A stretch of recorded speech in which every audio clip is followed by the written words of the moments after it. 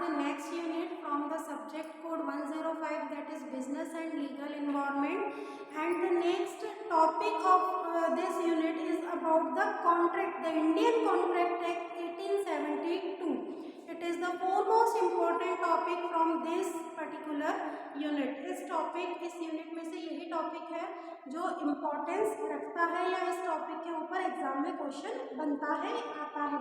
तो whenever we are talking about the contract act, so first of all we should know the meaning of contract. contract क्या होता है? contract की हम बात करते हैं तो जो एक्ट पास हुआ in the year 1872 regarding to the contract, Indian contract act कब पास हुआ? 1872 में कोर्ट ने एक लॉ पास किया जिसका नाम था इंडियन कॉन्ट्रैक्ट एक्ट 1872. अब इस कॉन्ट्रैक्ट की क्या विशेषता थी? इस पर्टिकुलर यूनिट में जो हम पढ़ेंगे वो कॉन्ट्रैक्ट के बारे में पढ़ेंगे, एग्रीमेंट के बारे में पढ़ेंगे, वॉइड कॉन्ट्रैक्ट क्या होता है, एग्रीमेंट्स क्या होते हैं, वैलिड एग्रीमेंट कॉन्ट्रैक्ट क्या होते हैं, ये सब कुछ इस टॉपिक में, इस यूनिट में हमको क्या करना है, कंप्लीट करना है. So the students, whenever we are talking about the contract, so it may be considered as an agreement, है ना. Whenever the two parties are understanding about anything is known as और come into the name of agreement, तो वो किसके नाम के अंतर्गत आता है कि एग्रीमेंट हुआ है कि एक पर्सन एक्स से एक पर्सन वाई है, ठीक है. इन दोनों के बीच में आपसी अंडरस्टैंडिंग के बीच में सुलह हुआ है. एक्स ने कहा है कि मैं एक कार तुम्हें दूंगा 10 लाख रुपए में, तो वाई ने और एक्स के दोनों के बीच में क्या हो गया? एग्रीमेंट हो गया, ठीक है. अब ये एग्रीमेंट कॉन्ट्रैक्ट में कब बदलेगा? When it is enforceable by law, जब कोर्ट में जाकर इन दोनों के बीच में क्या होगा, ये जो इनका एग्रीमेंट हुआ था, जब उसको कोर्ट क्या कर देगी, परमिशन दे देगी, उसकी लीगल सारी एंट्रीज हो जाएंगे, तब वो काय में बदल जाएगा, कॉन्ट्रैक्ट में बदल जाएगा. So students, we can say that the all agreements may be contract but all contracts may be an agreement. सारे कॉन्ट्रैक्ट एग्रीमेंट हो सकते हैं, बट ये जरूरी नहीं है कि सारे एग्रीमेंट कॉन्ट्रैक्ट हो. कैसे कि दो ने आपस में बात कर ली, एग्रीमेंट हो गया, अब ये कॉन्ट्रैक्ट बनेगा या नहीं बनेगा इन दोनों के ऊपर जाकर संभव है कि ये डिपेंड करता है कि कोर्ट में जाएंगे कि नहीं जाएंगे. तो हर एग्रीमेंट क्या हो सकता है? कॉन्ट्रैक्ट हो सकता है, पर जरूरी नहीं है कि हर कॉन्ट्रैक्ट एग्रीमेंट हो. तो इंडियन कॉन्ट्रैक्ट एक्ट 1872 क्या कहता है कि the Indian contract act defines the term contract. इन्होंने इंडियन कॉन्ट्रैक्ट एक्ट में इस कॉन्ट्रैक्ट टर्म को क्या किया है, डिफाइन किया है अंडर सेक्शन 2H, ठीक है. सेक्शन 2H के तहत 1872 इंडियन कॉन्ट्रैक्ट एक्ट क्या कहता है कि N agreement is enforceable by law. What I said, an agreement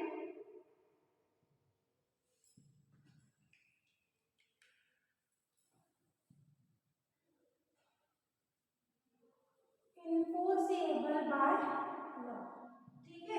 एक वर्ड इसमें जुड़ गया है, इन्फोर्सिएबल बाय लॉ, कि जो एग्रीमेंट है उसको इन्फोर्सिएबल किया जाता है legally through the law. Law के थ्रू उसको क्या किया जाना, इन्फोर्सिएबल बाय किया जाना, मतलब लीगली उसको परमिट किया जाना. क्या कहा जाता है कि agreement is enforceable by law, it is known as the contract. Contract की परिभाषा under section 2H according to the Indian Contract Act 1872 said the term contract is defined as an agreement enforceable by law is known as the term contract. ठीक है, जो agreement है अगर वो enforceable by law है, अगर उसको court से लीगली परमिशन मिली है, तभी वो जाकर क्या बदलता है, कॉन्ट्रैक्ट में बदलता है.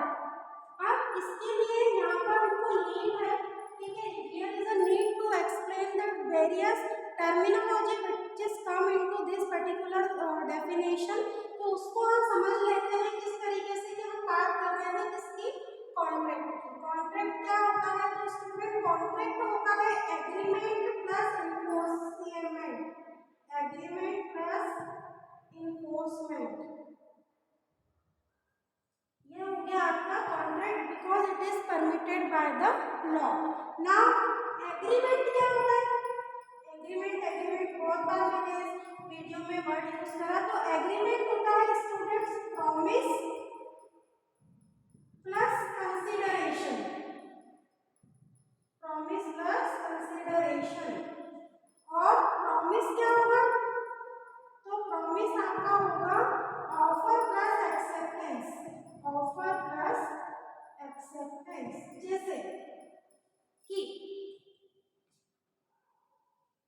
कोई पर्सन एक्स है, कोई पर्सन वाई है। अगर एक्स ने वाई को कहा कि मैं 1 लाख में तुम्हें कार दूंगा, तो he is giving offer to Y. तब एक्स ने क्या किया? वाई को ऑफर दिया कि 1 लाख में कार ले लो।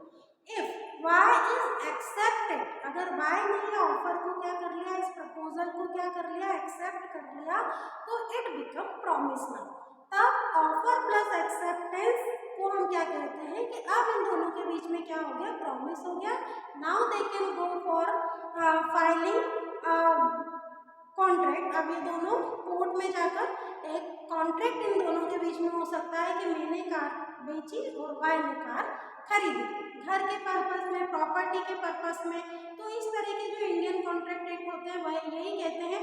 अब प्रॉमिस कब होगा कि सपोज ए ने बी को इनवाइट किया घर पे, काय के लिए? ऑफर टू टी, चाय के लिए। ए ने बी को ऑफर किया कि आप मेरे घर आइए फॉर टेकिंग टी, है ना। अब ये तो ऑफर दिया, अगर बी इसको क्या करता है? एक्सेप्ट करता है, then only it become promise. तब वो क्या बनेगा? प्रॉमिस बनेगा। ऑफर दे दिया, सामने वाले ने एक्सेप्ट नहीं किया, तो it is not come into the promise, come into the term promise. तब ये प्रॉमिस के तहत अंतर्गत नहीं आएगा। क्यों? क्योंकि सिर्फ ऑफर दिया है, सामने वाले ने एक्सेप्ट नहीं किया है। अब एग्रीमेंट कब बनता है? तो एग्रीमेंट बनता है प्रॉमिस प्लस कंसीडरेशन के दोनों के बीच में तय हो गया है कार बेचनी, कार खरीदनी है। कंसीडरेशन होगा इनटू द कोर्ट, ठीक है। तब लीगली उस चीज को क्या मिल जाएगी? परमिशन मिल जाएगी। तो this is all the terminologies are come into the definition of contract. Contract is an agreement enforceable by law. अगर कॉन्ट्रैक्ट हो गया, दोनों को लॉ की तरफ से परमिशन मिल गई, तो इट बिकम कॉन्ट्रैक्ट। तब उन दोनों के बीच में क्या हो जाता है? कॉन्ट्रैक्ट हो जाता है। आज भी अगर हम कोई प्रॉपर्टी खरीदते बेचते हैं तो उसकी नोटरी होती है बाकायदा, ठीक है। नोटरी के ऊपर पूरा आपकी तहसील से जाकर परमिशंस होती है, सिग्नेचर्स होते हैं, तब वो क्या बनता है? कॉन्ट्रैक्ट बनता है। तब वो एक एग्रीमेंट बनता है कि मैंने प्रॉपर्टी बेची है, इन्होंने खरीदी है, ठीक है। सारी चीज़ें उसमें मेंशन होती है, जिस भी टॉपिक के ऊपर क्या हुआ हो उनका डिस्कशन हुआ हो। तो ये है आपकी first unit Indian contract act. अब इंडियन कॉन्ट्रैक्ट एक्ट में और समझने वाली बात है इसको एग्रीमेंट को। अब हम समझते हैं कि एग्रीमेंट क्या होता है। तो जब हम बात करते हैं एग्रीमेंट की, तो इट इज एनी अंडरस्टैंडिंग, क्या है? It is any understanding reached between two और मोर पार्टीज, ठीक है। दो पार्टीज के बीच में अंडरस्टैंडिंग होना।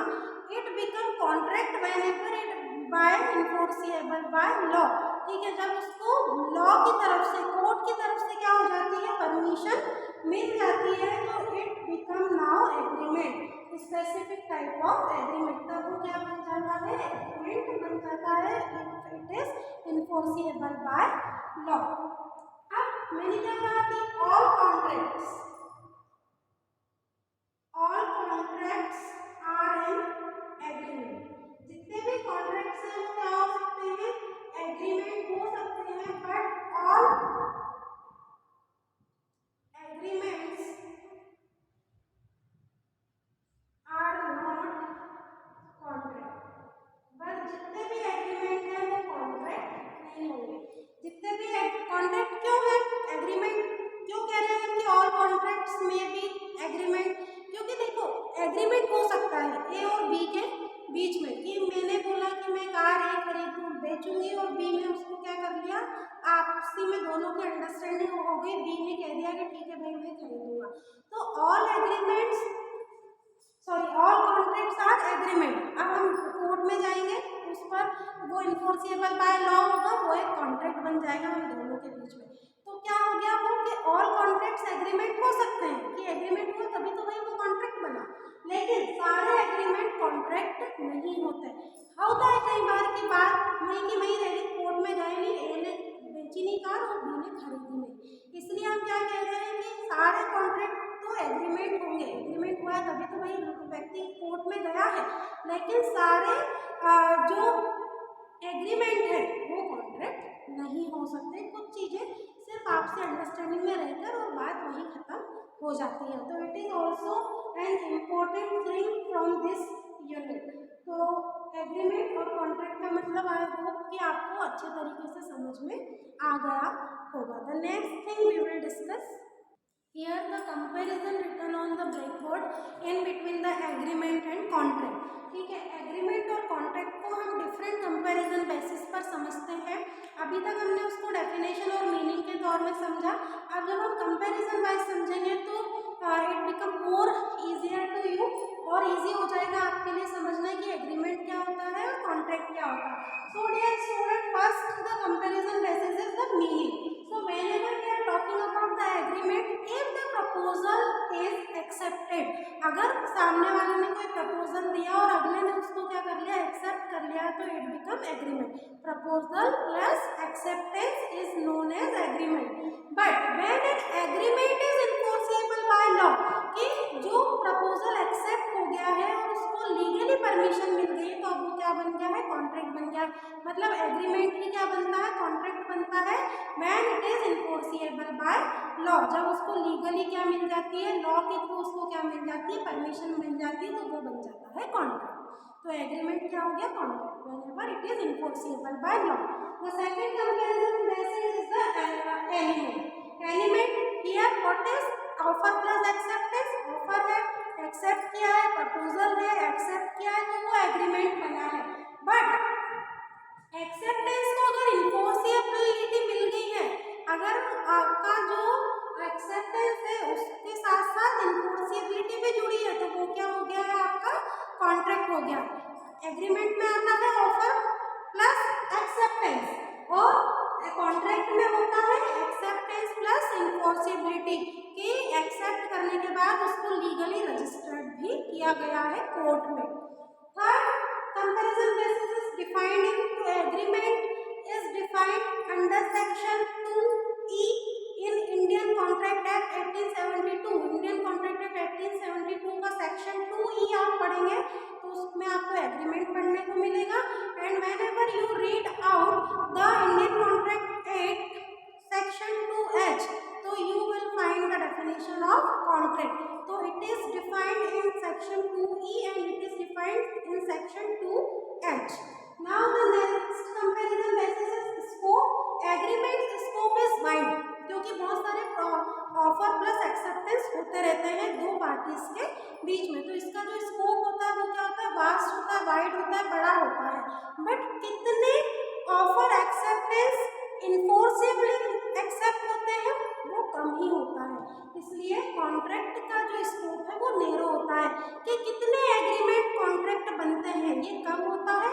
और एग्रीमेंट तो हर थोड़ी थोड़ी देर में होते रहते हैं, मैं कार बेचूंगा तू खरीद लेना, तेरी प्रॉपर्टी मैं रख लूंगा, ऑफर एक्सेप्टेंस चलता रहता है। लेकिन जब तक वो कोर्ट में रजिस्टर्ड ना हो वो कॉन्ट्रैक्ट की गिनती में नहीं आता है। That's why here we can say the scope of agreement is wide and the scope of contract is narrow as compare to agreement. Next basis is in writing, so the agreement writing is not necessary। दो लोगों की आपसी understanding से ही agreement हो जाते हैं, तो इसको लिखने की आवश्यकता नहीं होती है।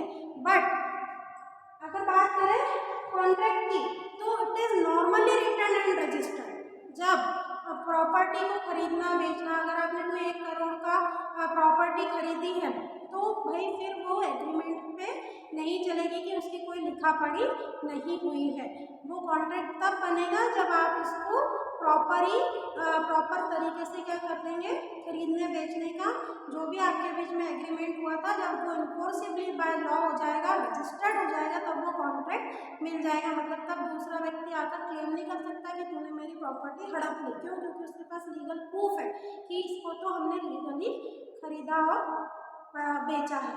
तो इसका लिखना रजिस्टर्ड होना जरूरी है, किसका, कॉन्ट्रैक्ट का, एग्रीमेंट का नहीं होता। आपसी बोलचाल में एग्रीमेंट कितने ही दिन में होते हैं। नेक्स्ट वन इन अदर, तो every agreement need not to be contract. हर एग्रीमेंट का कॉन्ट्रैक्ट होना जरूरी नहीं है। किसी ने मुझे चाय पे बुलाया, जाना नहीं जाना मेरी मर्जी है, तो ये एग्रीमेंट है। जरूरी नहीं है कि इसके लिए मैं कोर्ट में जाऊंगी और परमिशन मिलेगी। तो every agreement not to be contract, हर एग्रीमेंट का कॉन्ट्रैक्ट होना जरूरी नहीं होता है कि वो इन्फोर्सिबल बाय लॉ हो।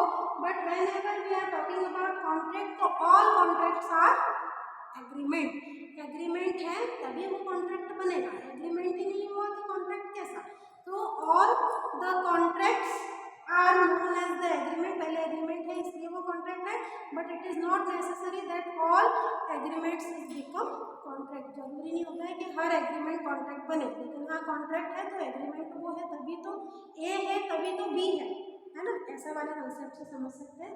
तो here is a different comparison basis mentioned in between for the better understanding of agreement and contract. This topic from the third unit is completed.